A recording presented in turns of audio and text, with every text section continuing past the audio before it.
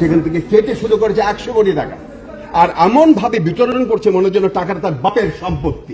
অন্তর্বর্তী সরকারের সংস্কৃতি উপদেষ্টা মুস্তাফা সারোয়ার ফারুকীর বিরুদ্ধে আর্থিক অনিয়মের অভিযোগ উঠেছে।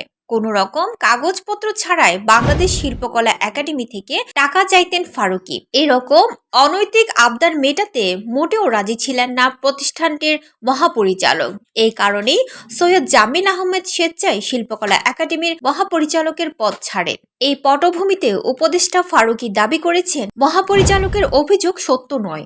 অন্তর্বর্তী সরকার গঠনের 7 মাসের মাথায় এই প্রথম কোনো উপদেষ্টার বিরুদ্ধে আর্থিক অনিয়মের অভিযোগ উঠল। পদত্যাগের ঘোষণার পর ভক্ত অনুরাগীরা সৈয়দ জামিল আহমেদকে ঘিরে ধরেন। এই সময় কে টাকা চেয়েছেন জানতে চাইলে জামিল আহমেদ সরাসরি বলেন উপদেষ্টা।